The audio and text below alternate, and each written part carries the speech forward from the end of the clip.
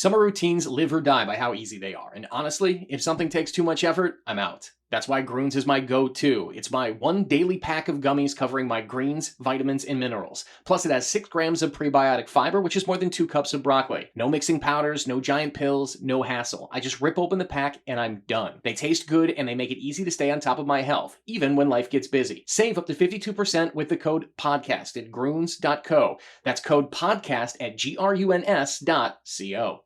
Hi, everybody. I'm Dawn Mitchell, and welcome to Dawn of Sports. Jim Souhan and I are so excited about this show. We talked to a man who not only had a huge impact on my life and career personally, he's a Twins great and a Hall of Famer.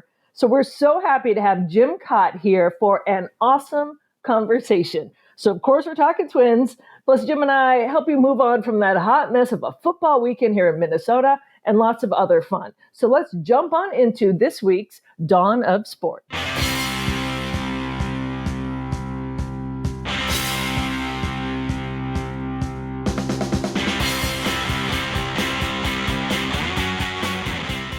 Welcome to the second episode of the Dawn of Sports, starring Dawn Mitchell, Fox 9 sports anchor.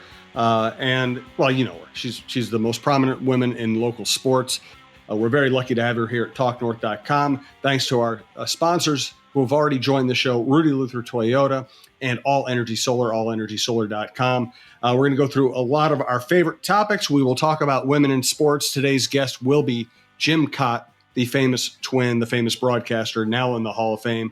He's always been one of my favorites, and he has a great and long-lasting relationship with Dawn that Dawn's going to tell us about later on. Dawn, how are you? You know, Jim, I'm doing great. How are you doing? I loved our first podcast, and I got a lot of great feedback. So good. This is going to be fun. I really appreciate it. It's going to be a lot of fun. And Mark Rosen was our guest in week 1. He was fantastic. Not surprising, but it was really an interesting conversation. It went different directions than I thought it would. We all talked about Viking figures in the past that kind of made an impact on us one way or another. We ended up talking a lot about Bud Grant, Randy Moss, Chris Carter. Great conversation. Of course, it's always a great conversation with Jim Kaat. So let's start today's show. We're going to start with our segment called Take It From Us, and we're going to tell you what we think about kind of the most prominent stories in Minnesota sports right now. Dawn, let's start with Vikings issues. What's bugging you the most about this 0-3 start? You know, this is the obvious, but hold on to the football. You know, it's almost at the point where in the middle of the game, they're driving down the field, first drive, and then when they fumble that, it's you just throw your pen down. Like, you know, you can't say this really on TV because then someone will send you an email saying that you believe in voodoo. But I was like, it's like a voodoo doll. Like all of a sudden things are going great. They're like, you know, or maybe let's go puppeteer. Pull the string, whoop. And I'm like, I just threw my pen down. Like, are you kidding me? Like, and I think I texted, like, I'm not even going to say it because everyone at home was thinking it. Like, you know, the old cliches, did they butter the ball? What's going on? And the players do not want to fumble it. I'm not saying that it's just kind of crazy at this point. Don't you think, Jim? It is because, listen, this team does have flaws. They've also put themselves in, they're also really talented, and the passing offense has been ridiculously good. I know. And they've put themselves in position to win all 3 games. And it really has been, and I think it's a good news, bad news thing. The good news is fumbling and dropping simple passes the way they have at this rate for players of this caliber should not continue. And if it continues at the running back position, now you have 2 other options, Ty Chandler or Cam Akers to take over. TJ Hawkinson, you know, he probably cost them the game on Sunday. The fumble in the first quarter probably cost them at least 3, maybe 7 points. And then the ball going off of his hands, then up in the air and being intercepted ended their chances. And Hawkinson's really good. So the bad news is their hands have been terrible through 3 games. It's cost them 3 games. The good news is I don't know that I see that as anything more than kind of flukish. I don't think that's going to continue. No, I absolutely agree, right? But you just have to, like, not again, 3 games in a row. And when you see it from a guy like TJ, what people don't see behind the scenes is in the locker room, he did not get out of his uniform. Like, he looked stunned. You remember that, Jim? And then he even came and talked to us, still in uniform. And then he went and sat back. I think the locker room cleared out when he was still sitting in his uniform, looking up at the ceiling, like, what just happened? First of all, he was just beaten up in that game too, right? It's not for a lack of trying, but also that last play, he says he wants to be that guy. He's just thinking about that, and I hope he's moved on from it. But you have to feel for a guy like that, as we've said before, some of the fans get really mad and this and that. They're not trying to do this. But when you just see a guy was trying so much, and sometimes when you try so hard, that's when the mistakes happen too. But I felt for him. But you're right. They're almost like flukish. Like, are you kidding me? That's just to the point that we're at. So the good thing is, clean that up, it goes away. But Kevin O'Connell did say this yesterday. He's like, we're taking this seriously. And if it's not cleaned up, we're going to put other personnel in that will clean up. So ball security is a premium. No doubt. And I did like that O'Connell previous week was saying, we've ordered everything we can find off the internet to help us stop fumbling. And I'm just imagining all these Amazon trucks pulling up, with devices, kitchen devices, just to see if you can poke the ball out. Sometimes fumbling and driving passes is because you're trying too hard. Sometimes because you're thinking about it too much. At some point, they have to be professional enough to get past it. TJ Hawkinson is getting paid a lot of money because of his hands. He needs to do that job in that way. So let's move on. Go ahead. I just want to tag with this. If you look at the replay of the first one, 3 guys were punching the ball. Now, if a guy was shorter, he would have hit the ground first, right? Like, he was trying to get down. He's just so tall. So he also kind of had that going against him. But, it's still no excuse, but it's got to change. Yeah, and it also becomes a feeding frenzy. If defenders think they can get the ball out from you, they're going to try even harder. And it was obvious that the Chargers were like, okay, this team fumbles, we're going to make it happen. And they did. Another part of the game, I don't think this was the most important thing that happened in the game, but it was probably the most embarrassing, was that they let so much time run off the clock without spiking the ball, without running a play, with Cousins standing there holding his hands over his ears, trying to get the headsets to work. I don't think that was the most important thing that happened, but it's a bad look when you pride yourself on coaching offense and having a veteran quarterback and you can't get a play run. Right. And, I think the most confusing thing for me was at the end of the game, right? You're like, does Kirk have that latitude to make that call? And if he does, like, do quarterbacks like in the past, like a Brett Favre or something, do they just kind of do it? Like, hey, I'm not hearing anything. This is what I got to do. Like, does Kirk, why did he hesitate? And then when Kevin O'Connell said, I should have clocked the ball. So he wasn't even thinking of clocking the ball. He was thinking about being aggressive and getting that one more in there. So the fact that wasn't the first decision for me was like kind of like the head tilt. Like, like, why put that anxiety on a team that is already having enough anxiety the first 2 games leading up to this on your team? But I know it's that aggressive nature and they want to be aggressive, but clock it, spike the ball, give yourself more time to, be on the doorstep for a couple more tries. I don't know. Yeah. And I agree with O'Connell philosophically. The new idea in moments like that is, why line up, spike the ball, waste it down if you can be efficient enough and call plays ahead of time so that you know what your next play is, and you don't, instead of lining up and clocking it and letting the defense reset, you take advantage of the defense's chaos. You run the play that you're ready to run, and you feel like you have the advantage. That's fine. That's a great philosophy. It's the right way to do it when you can. As soon as the clock starts getting away from you, that's when you're 30. That's we're going to talk about this in a later segment too. But as soon as the clock starts running, you got to throw away the plan and just stop the clock.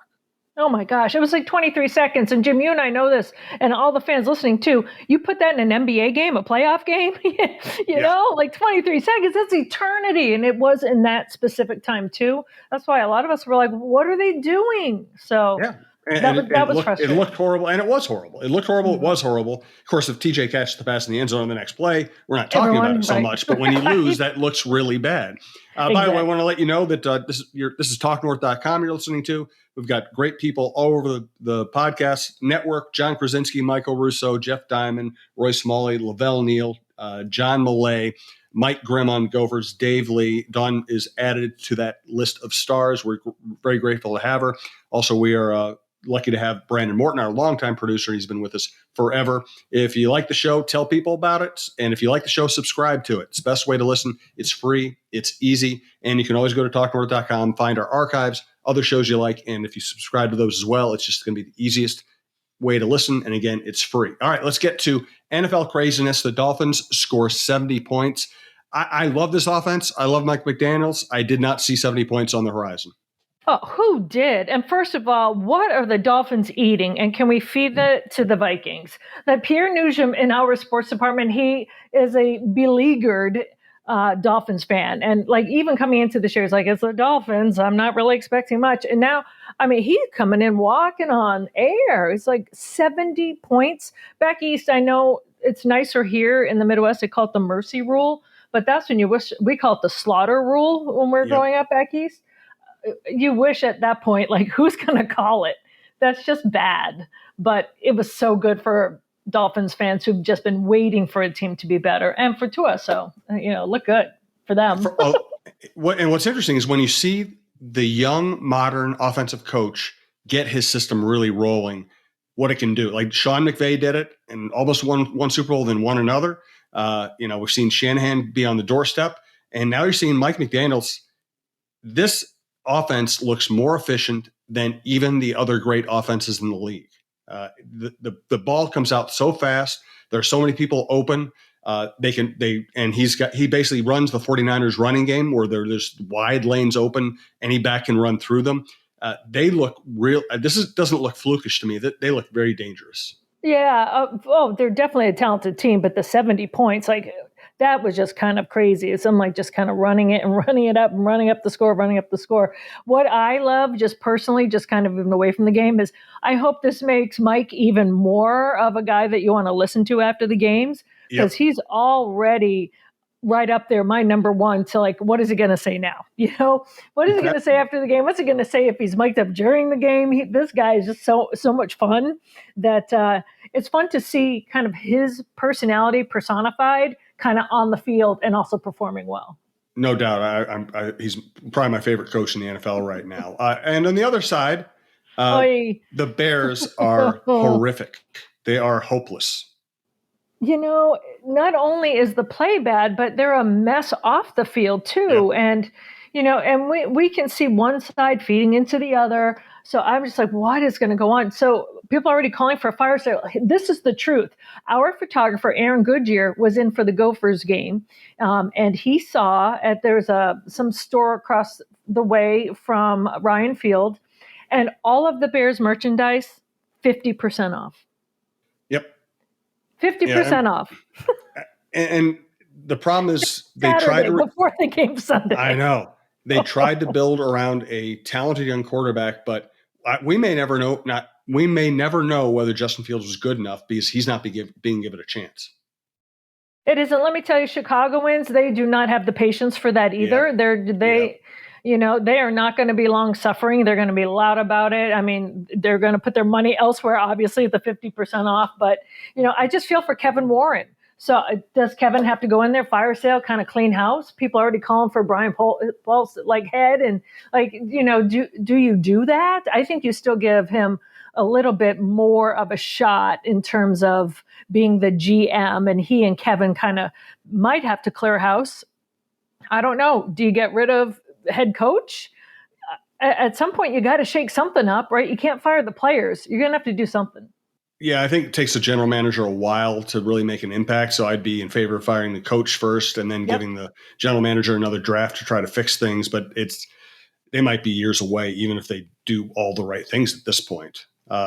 Let's go to Gopher football. Come on. We're just going right down the tubes, Jim. Well, it's been a rough week for Minnesota sports, and I didn't watch it Saturday night because I was busy, so I watched it Saturday morning, and I was like, I got to early fourth quarter. And I was like, oh, it looks like they're going to win this by 48 points. Why do I even need? I'll just check the score and make sure I didn't miss anything. And I looked at the score and said, they lost this game. How could that possibly happen?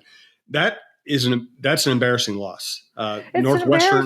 Northwestern had no business being in that game, much less winning it. And you know what we always talk about in football? It's turnovers. It's that really turnovers and special teams plays usually are the things that lead to upsets. Yep. The Gophers had a 50-yard field goal. They had 0 turnovers. They ran the ball for 250 yards, and their quarterback didn't throw an interception. I watched them lose it, and I still don't know how they lost it. Wow. Well, I'm getting this just in. I'm getting a text from Jim Kaat. Stand by. Ooh. Oh, I know. I don't. I saw how they were losing it. They were losing it little bit by little bit. Okay, and it's kind of like that slow drip that gets away from you. When you're like, okay, well, that was a big chunk yard. What happened on that play? Like, I was checking to see, did someone go out injured? Like, how did they just connect on that play? And then they went down and scored, and you're like, ooh, it's 24-10. I don't know. This doesn't feel good. And then we're in the sports office, and like, one of our photographers said, hey, I'm going to tell you this right now. They're going to lose this. Northwestern's going to come back. I didn't believe it. And if they didn't push it to overtime, but it was that, Jim, it was kind of like they just kind of, I don't know if they didn't give up, obviously, but I don't know what changed after that. And they just kind of let Northwestern, then they kind of felt like they were digging in quicksand. And then the field goal instead of the touchdown, I was just putting my hands up in the air like, I don't believe what I just saw. Because I went down to do my sportscast, and I came back up, and I'm like, they did indeed lose this thing. PJ Fleck, it's the worst loss in terms of score differential in his, for letting an opponent come back 21 points in his entire era at the U. And a lot of people are saying, well, is this his coaching style? I don't know if you can automatically just say, that's it, he's done, coaching style is not working. I don't believe that. But what happened to his team that allowed them to crumble? That's the question. Right. I know. I don't think it's a fireable offense. I think we get way ahead of ourselves. I think you need a lot of evidence built up to start talking about somebody being fired. PJ's overall, he's done a good job with the Gophers. But right. He's very cautious. His cautiousness allowed Northwestern to get back in the game. And then and you gave a bad team playing at home some hope. And all of a sudden they played over their heads because you let them. They're not throwing the ball well. They're not throwing the ball often. And they're kind of, honestly, they kind of remind me of Glenn Mason's teams. If they can beat you up by just running over you, then they will beat you. But if you are competent enough to hang with them, they will not make plays in the fourth quarter. Yeah, and you're dealing with these young kids, right? Someone brought up a great question, like, how do you get maybe these kids that are 19 years old, 18 years old to kind of get over something like that and get over it quickly? And PJ said, listen, this is a grieving process. This is like a death. Like, that's how he equates a loss. He said, you have to grieve it, and then you have to move through it. I don't know if that process is heady enough or too heady, I should say, for these kids, but they can't let that affect the rest of the season. So this will be a turning point, I think, Jim, whether they'll learn from it and boom, or if this affects the rest of the season, or maybe they were just exposed. I'm not quite sure. I'm hoping they'll learn from it. I just think they're not that good, and they're playing a very difficult schedule, and they needed to win games like this because the toughest part of the schedule is coming, and I'm just not sure they're good enough to survive it. Yeah, let me tell you, back-to-back Saturday and Sunday. It was quite a weekend. People texting me like, I can't do it anymore. I can't watch football in Minnesota this season. Yep. I'm like, no, don't give up yet. Don't give up yet. So they'll be back. They always come back. They will always, you just come back for more. It's like the Gore Pilgrims, right? You have to see what that car accident is all about. But hopefully it will be better. Let's hope. Yes. Just for entertainment purposes. All right. We're going to do our quick hit segment called Agree to Disagree. Sometimes we're going to agree. Sometimes we're not. We will not make up any opinions just to be contrary. We're going to tell you what we really think. So let's get to it. To clock the ball or not, whose fault? Was it Kirk Cousins or Coach O'Connell's that they did not clock the ball when they needed to in the fourth quarter? First of all, I want to say it's on the coach. Second of all, though, you're a veteran quarterback. You do it. You should know. But so I'm gonna go coach. I'm going to go Cousins. As soon as you realize there's some trouble with the headset, say, hey, I'm a 35-year-old, 10-year starter in the NFL. I'm a franchise quarterback. I'm just going to go up, clock the ball, then we'll reset, and then we'll still have 3 shots into the end zone. Again, It's not the reason they lost, but it looked bad. I think Kirk should have just, as soon as he realized things are going south, just clock the dang ball. Some of the greatest, like we said earlier, quarterbacks, they call audibles, they do whatever, they clock the ball. I mean, when almost everyone in the building is thinking, just put the ball down, clock the ball, spike it, do whatever you need to. Everyone in the building is kind of saying that, and it's not happening. Yeah. Throw the pen. All right, let's move on to my favorite team in town right now, which is the Twins. The question is, will the Twins finally break their 18-game playoff losing streak? I'm saying yes. And they're doing it at home, and they're going to do it fast. I think they will win game one. I think they will win the series. And listen, I know it's Minnesota sports, it's the Twins, it's baseball, which is random, and they have people hurt. I am told that Royce Lewis is trending to at least being a DH in the series. I'm told that that Correa, his foot feels really good. So I actually think they're going to have a pretty good team on the field playing at home with. And I just think I wrote about it a couple of weeks ago. They just haven't had two outstanding starters starting off playoff series in a long time. Lopez and Sonny Gray give them a chance to sweep. And you know what? It's not the Yankees. That's nice, but they also lost to what I didn't think was a very good Astros team in 2020. So it's the Yankees. Yeah, the Yankees intimidate people, but they've also lost to the A's and the Astros, and there's no excuse for those losses.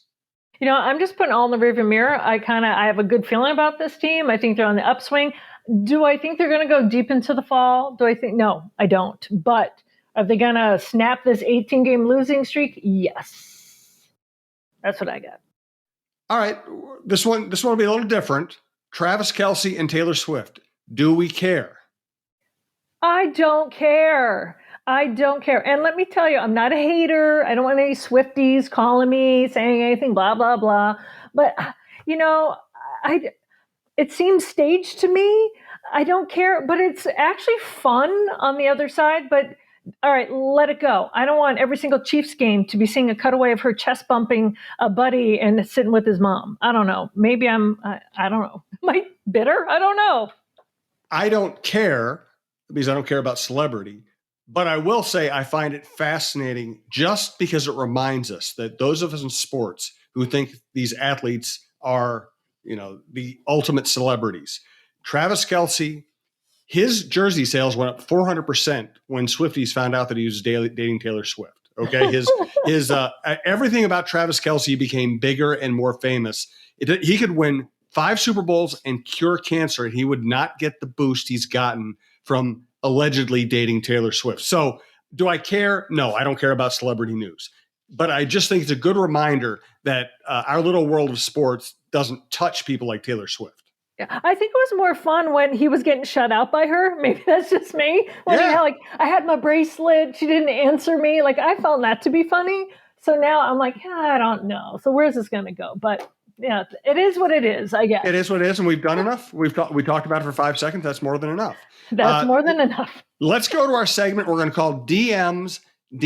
That's Dawn Mitchell's direct messages. I don't know where Dawn's going to go with this, but we thought it would be funny to at least try.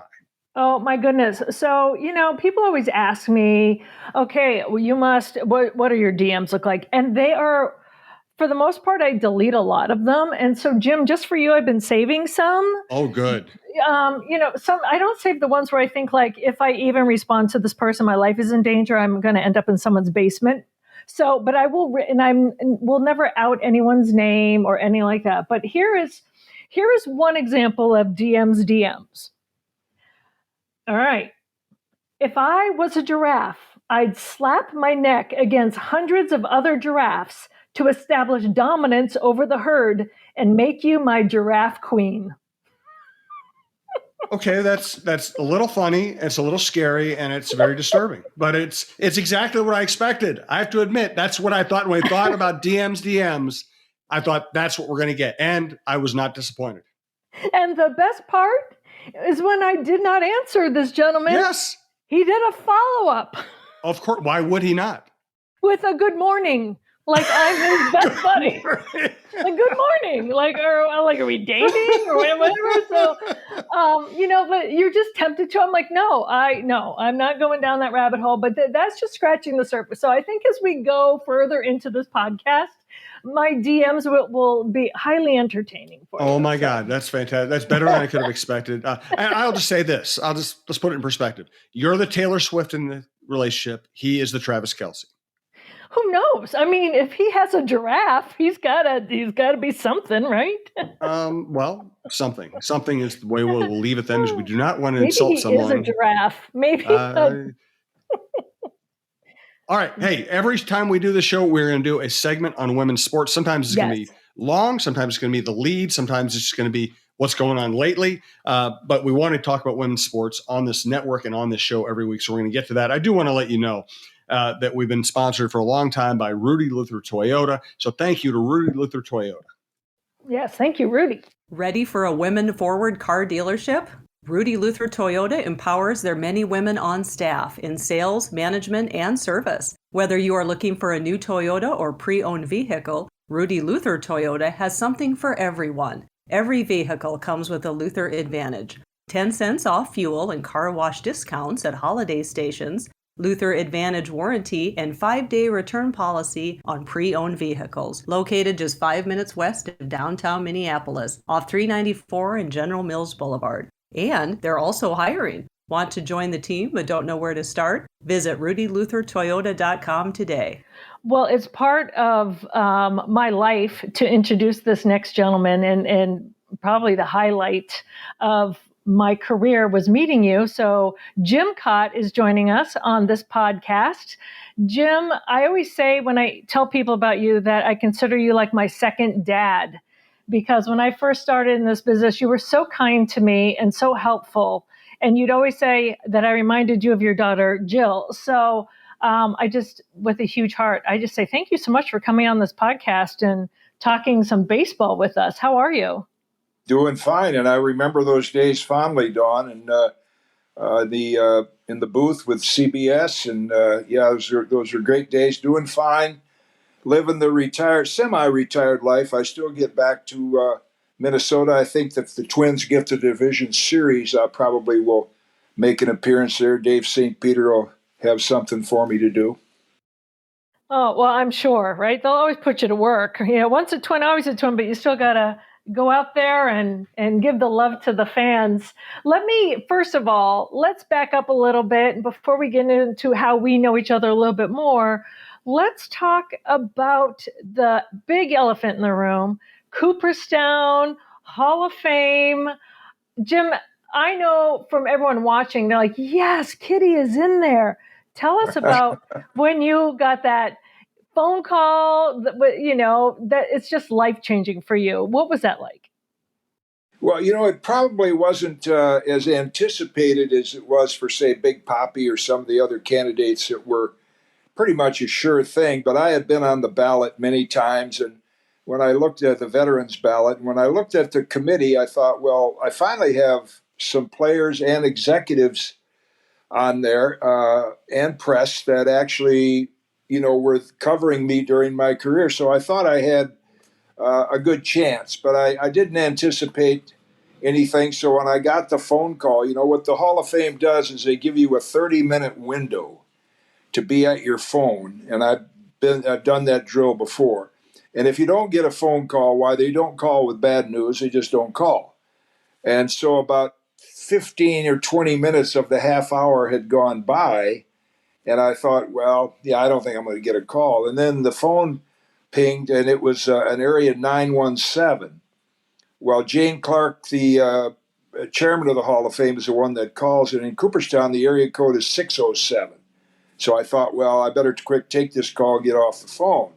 So when I answered, she said, is this Jim Kaat? And I said, yes. And she said, this is Jane Clark from the Hall of Fame. Well, I immediately knew what the call was about. And it was, it was just Margie and I in the room. I was actually watching a little golf to take my mind off it. But, there's a flood of memories that go through your mind. But it was, the longer it's gone on, I think the more appreciative I am of it, because I was probably the first pitcher inducted based on, say, longevity, durability. One of the things I realized early on is most of the starting pitchers that are in the Hall of Fame were dominant number one opening day starters, perennial all-stars, and I really didn't fit that profile. But I was glad that I had a lot of, Fergie Jenkins was a good supporter, and Joe Torre and Ozzie, and I had a lot, of course, with Bert and some of the Minnesota people there, and then John Scherholz was an executive. So I had a lot of support from guys who evidently thought enough of my career that I should get in, and I'm so glad that Tony went in with me. My friend Dick Allen missed by a vote. That would have been cool to have him there as well. But it's just I never realized the magnitude of all of a sudden being recognized as a Hall of Fame baseball player, because my record hasn't changed in 40 years. So it's been a pretty awesome experience.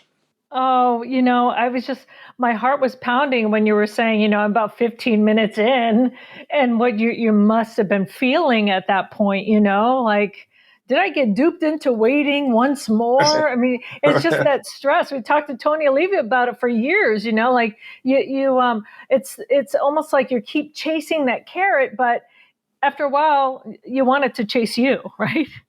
Yeah, I never really was that, I wasn't that upset about it. I kind of, years ago, I came to the realization that it's going to be the dominant starting pitchers. It's going to be limited to that. I'm hoping that my friend Tommy John, who is not in good health right now, but I'm hoping TJ gets in. And if I'm on the committee, I certainly will support him. He's due up at the end of next year, which would be induction in 2025, because we had always told each other, if you get in and I don't, I'd be disappointed. And if I get in and you don't, you should be, because our careers are so parallel. And there's nobody more famous in the baseball world than Tommy John. His name gets mentioned at least once or twice every day. So I'm hoping that he too will get in soon based on his longevity and durability. Well, I want to tell people just what an amazing human you are. And, Jim Souhan and I were just talking about you last weekend, and I was fresh out of college. I think I even did some internships, and I was working behind the scenes. I think Sean McDonough was the play-by-play guy for the Red Sox at the time, and Minnesota would come into town. And it was you and Ted Robinson, right? And Tim Scanlon was like the assistant producer, and you guys always needed a stage manager or someone from Boston to help out. And none of the young kids wanted to work with the away teams really at that point. They just wanted to be at the hometown, that's a Boston thing. And I said, sure, I would love it. And that's when we first met. I was just handing you cards to go to break, doing whatever, a stage manager had to do. And then pretty soon, Tim Scanlon had me setting up stuff onto the field. And Jim, I've learned so much from you, not only about baseball, but about how to be such a good human. It's just extraordinary, because people always think of you guys as these legendary baseball players, and you just kind of, walk in this league of your own, so to speak. And I want to tell people that, no, you said, hey, I have this gift certificate from this radio station, and I'm not going to use it. And you gave it to me, and I remember thinking, oh my gosh, this can feed me and my roommates for a week. It was at some restaurant in Boston.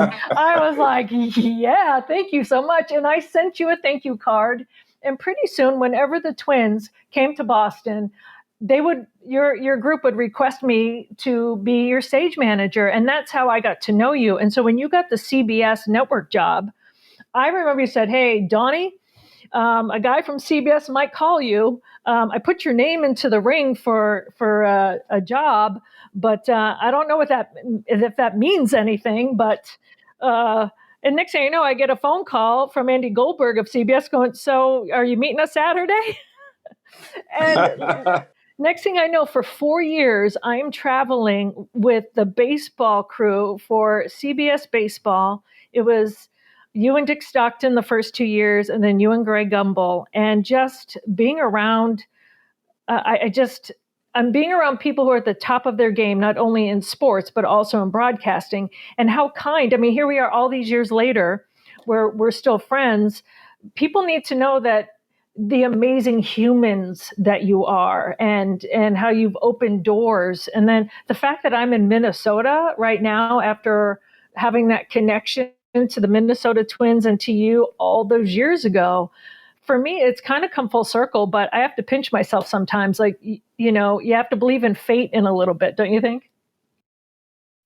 Yeah, I think, a broadcast team, I came to find out early on, it's like being a part of a baseball team. And I was so fortunate when I started doing college games for ESPN, and we would do double headers in Omaha for the College World Series. And Freddie Godelli, who is now the top producer director for NBC Sunday Night Football, he's become a rock star. Well, Freddie was producing games in the second game of the doubleheader, and I'd worked the first game. So he said, "Why don't you sit in the truck?" So I sat in the truck for several games, and I found out what goes on down there. Fans watching at home don't realize how hectic it can be in a truck there with the director and the producer and the graphics person and all that. And then, it comes right up to the booth through the talkback. So those of us in the booth are part of the team too. So I think recognizing that this is a team and we treat everybody like a teammate. I remember Timmy Scanlon first started out as a assistant producer, and then CBS called and they were looking for somebody to go help out in the Winter Olympics. I gave him Tim's name, and lo and behold, Tim goes on, has had a great career. He's in representing broadcasters now, but it's all part of being a team, and it's the way that Dick Enberg and Dick Stockton and John Madden and the great Harry Coyle that were behind the scenes, producers, that they helped me launch my career. So I think you just pay it forward. Well, and I don't think you get enough credit for how good your sock game was back then. Do you still have the best sock game around? No, that was my late wife, Mary Ann. She was the one with the braces and the socks, and yeah, she had me all decked out. So I went away from the sock game. I just didn't have the energy. No, I couldn't put them together like she could. Whew, it's a lot of work. Yeah. It's a lot of work. So, Jim, let me bring Jim Souhan into this conversation. Jim, being here in Minnesota and just knowing what Jim Kaat did, not only for this organization, but he's done for broadcasting, what has that meant to a lot of the native Minnesotans? Because I've seen it from the outside, and now I've seen it from the Minnesota side. And for me, it just gets richer every time. Well, I think Jim is deserving of being in the Hall of Fame based on his pitching and fielding and longevity. I think it's a really easy call when you consider him as a baseball figure, as a baseball performer, which means ambassador, broadcaster, the kind of person everybody wants to see walk in the ballpark, everybody wants to see walk in the clubhouse. Everybody loves talking to Jim Kaat. Everybody loves listening to Jim Kaat. And honestly, that's rare. There are a lot of people who can play the game, can't talk it. There are a lot of people who can talk the game, can't play it. To have Jim be able to be a great player who can then bring you into the pitcher's mind, bring you into the dugout, into the clubhouse, help you think the game. That's what baseball's for. Baseball's for the moments where you think and anticipate about what's coming. And nobody really explained the game the way Jim Kaat did. Jim, did it come easy for you to explain the game when you went over to the broadcast side? Well, I think the normal, and Jim, I appreciate those comments. I think it's normal that you say, well, you're probably going to have to make some critical statements and players aren't going to like it. So my friend Tim McCarver taught me to be honest and objective. You say something that you think might be a little controversial, be in the clubhouse the next day and be face-to-face with them if they have a beef with you. But I think the more I got into the game, and it didn't take me long to recognize that and it was a great John Madden that I picked up a little information from, is that with all the notes, and today, you can talk stats for 3 hours and never talk about baseball. And so I learned from those guys to watch the field and talk about what's going on in the field. And I kind of imagined that I was sitting in a box seat with a fan that was there for the first time, a fan that was sort of a lukewarm fan, and then a very avid fan. And if you can give them something every day, every game, that they can pull out of that and say, oh, I didn't know that before. And that's what was so heartwarming to me when I did Yankee games for so many years, and also Twins games, is when somebody said that, boy, I learned a lot of baseball from you. Well, that makes me feel like my job was worthwhile, because that's what we're up there really to do, to describe what's going on the field, and then from our perspective, from all the experience that we have, kind of doing the how and why of why a player is doing that, how he's doing it. And so I think just by starting to watch the game, John Madden said he kept very little notes. Of course, he only did a game a week, and he would do his homework. And he said, if you've done your homework and you're accurate with this player, like if this is a wide receiver and he takes a tough hit on the sideline, and you say, man, he's a tough guy, but his teammates know, well, no, he's really a little soft. He said, you gotta know things like that, to how to accurately describe the guys that are playing the game. And then once the game starts, I remember a CBS producer would say, well, what are we looking for tonight? Rick LaCivita. And I said, Rick, I'm looking for the first pitch of the game. Because in basketball, football, tennis, it goes back and forth, back and forth. In baseball, we don't know where it's going. And we don't know if the starting pitcher is going to be in there for an inning or 2 innings. So we just watch the game and let it unfold. And it tells a story by itself, and you just kind of take everyone along for the ride, right? Yeah, I think so. It's still, I'm in the East Coast a lot. And in fact, I ran into one today that watched all the games when I was doing Yankee games. And, it's nice to hear people compliment what you did, make you feel like you've done your job and done a nice service for people. Well, I have to thank you for my face. Years ago, when we were in the old Tiger Stadium, that's going back a ways, and you always brought your glove. And I remember saying, why do you have your glove for this game? And you're like, wait till you see where we sit. And thank God I was to your right, facing the field, sitting to your right. And I'm thankful that you had 16 gold gloves, because all I literally saw was a flash of leather, and there was a ball in your glove that was coming to my face. And I don't know if I've ever properly thanked you for saving my face or potentially my life, because that was so fast, but you were ready for it. You said every time you went there, that's when you brought your glove, right? Well, the great Ernie Harwell kept a net in front of him. I mean, that was such a great place to announce a game, Old Tiger Stadium. That's where my dad took me in 1946 to see my first 2 games. But I remember Kent Herbeck in the on-deck circle. Herbie used to look up and carry on a conversation with me in the broadcast booth. That's how close we were to the playing field. So, yeah, Larry Osterman, who I think did some Twins games at one time as well, he was looking at his scorecard. He got hit right in the chest with a foul ball that came back there. So, yeah, that was a place I enjoyed doing games there, but you did have to be alert for the foul balls. Oh, yeah. Well, I learned my lesson quickly. Thankfully for that flash of leather in my face. Jim, let me ask you about this year's Twins. Everybody is all right. They've clinched. It's nice to see them celebrate. It's not the strongest division by far in baseball, but they're looking now. They just have this streak of 18 games losing in the playoffs that's kind of hanging over their head. As a former Twin and a guy that analyzes the game, does it hurt you on a personal level to see kind of that hanging over a former team of yours? And what do you think they're made of, and how far can they go this year? Well, I think the first part of that is, I think the realization is that they were against teams, namely the Yankees, that were at the time far better teams. So it wasn't like they were the favorite getting knocked off all the time.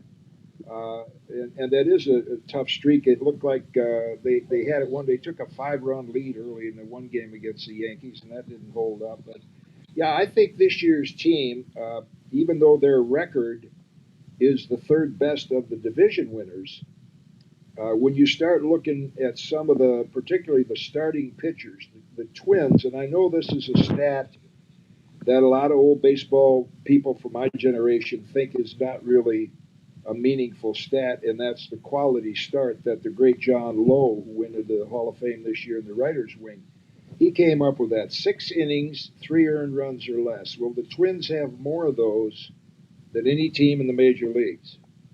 I think they just went over 75 with Joe Ryan's start, 75. But of those quality start games, they've won 50. Well, the 25 they lost, the bullpen's ERA was near 8, and the team was not scoring any runs. Their batting average was under 200. So you combine those, say with better production from the bullpen and the offense, they would potentially be a team that won well over 90 games. So I think that's a bright spot to look at if they can produce like that in the playoffs. Now, if Houston holds the number 6 spot, that's going to be, to me, their toughest challenge because they're going to look at Verlander in game 1, probably Framber Valdez in game 2, both quality starters, but so are Pablo Lopez and Sonny Gray. So I think Rocco's challenge is going to be, if these guys give them that 6 innings of effective baseball, now that it's the postseason, will he stretch him another inning or two? That to me is what's been so sad about the way they've dumbed down starting pitching. Because I use the Kentucky Derby analogy. If you have a horse that's a potential Kentucky Derby winner, he has to run 1.25 miles. But if you just run him 3/4 of a mile in training, and then all of a sudden comes the Kentucky Derby, he's not going to be able to run that. So the fact that these pitchers have never been trained to go deeper in the game, to pitch out of jams, like the great Warren Spahn told me when I had a pitching lesson from him. He said, "Now, kid, let me tell you this. When the game's tied in the 7th inning, the game's just starting. You got to pitch Mickey Mantle differently in that 4th at-bat than you did in the 1st at-bat."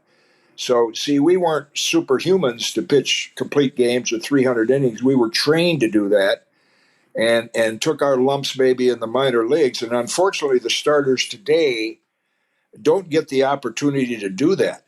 Now, that'll be interesting for me to see because I think, well, the last game, Pablo Lopez went 8 innings, struck out 14. They took him out. Twins lost the game. So I would like to see Rocco, if the pitchers, starters are doing well, take it an extra inning or so you can get to your really high leverage relievers that you feel they're very dependable. And then I think based on that and the way I know they're missing Correa and Royce Lewis right now. Correa hasn't done a lot offensively anyway. But as long as the guys that you don't hear a lot about, like Wallner and Kirilloff and Solano, all these guys that are picking up the offense, I think they have a chance to go a long ways. Do you think that that's hurt the game, that you don't see these workhorse, pitchers or even guys going the distance? I think it's hurt the appeal of the game. And the commissioner, again, he said, well, I know he got roasted pretty good at our Hall of Fame dinner 2 years ago. And because a lot of the former players, they don't like iPads in the dugout and things like that. And he said most teams will tell you that the information they get helps them win 2 or 3 games. And so I said, well, Rob, think about what you're saying. If everybody has the same information, if it's helping this team win 2 or 3 games, the other team is losing those 2 or 3. So, but the analytics are here to stay. And they have to find a way to blend, to use them in the front office for player evaluation, but not on the field. And I think with the starting pitching, with this myth that they're saving their arm, which they're not, because your ability to go deep in the game is based on your legs. And the more innings that you can pitch and the more you can throw on the sideline to build up your legs, the better chance you have of go deep in the game. So the piecing the game together with 3 or 4 pitchers might be effective, but I think the appeal to the fan would be if I picked up the paper and saw where we'll say Pablo Lopez, or let's say Pedro Martinez was pitching against Clayton Kershaw. Well, I want to go to that game because, man, these guys might be battling it out in the 8th or 9th inning. That'd be fun to watch. But that doesn't happen anymore because they pitch 6 or 7 great innings and they're out of the game. So it has hurt the appeal of the game from a fan standpoint. I always wanted to ask you this question, and because it's one of these things that people don't. The game within the game is who your battery mate is, right? And you can have a bad game if the catcher isn't in sync with you. So who was your favorite catcher that you played with and had your best games with? Well, it varied. Now, when I first came up with the Twins, Earl Batty was our catcher. And Earl was this laid back. I'm sure Jim probably remembers him. And Earl was this laid back, soft spoken, and he made me feel so relaxed. And so he was very important to me those first 7 or 8 years of the Twins. And then Phil Roof came along, and Phil and I actually, it was kind of a funny incident when he blocked the plate on Harmon one day back in the 60s. And the dugout thought it was kind of a dirty play. So being a pitcher and sticking up for my teammates, I had to take a shot at him, and I hit him in the ribs. And he knew what it was about. But so we went a few years kind of glaring at each other, and then he got traded to our club, and Bill Rigney put him in the lineup one day, and wow, it was like magic. And Phil and I to this day are close friends, but Phil just had that knack. And the way it would go, for example, we'll say Willie Horton is a lethal fastball hitter. He was a great power hitter for the Tigers. But say I've thrown him 2 or 3 pitches, and I look and I say, you know what?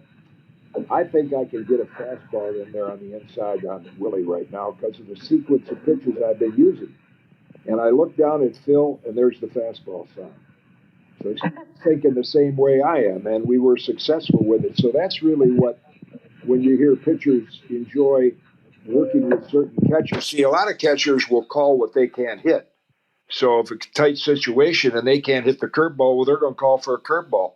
Well, that might not be the pitch that I want to throw. So good catchers, and a lot of them were not great players, good battery mates were guys that could kind of put themselves in the mind of the pitcher, know what your sequence was getting up to that 3rd or 4th at bat, and call pitches accordingly. And Phil fit that mode. Earl, in my early days, it was just control. I had to learn to throw strikes. So I spoke at Earl's funeral, and his widow had called and said, "Would you say a few words?" I said, "Be happy to." So I went up to Ocala, and so I said,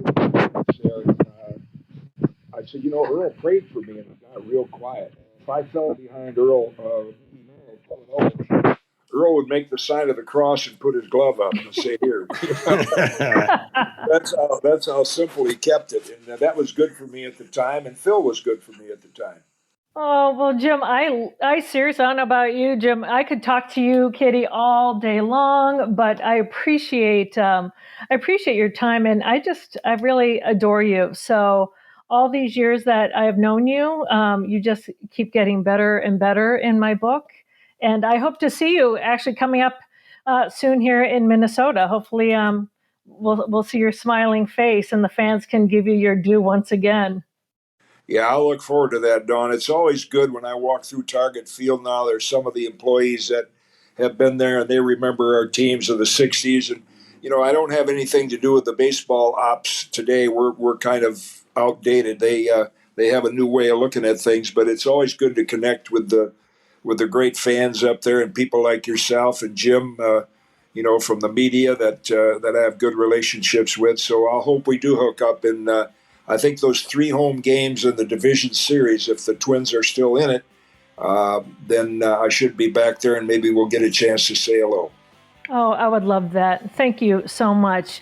Jim Kaat, the man who fittingly now lives forever in Cooperstown. Thanks so much for joining us, Jim. My pleasure.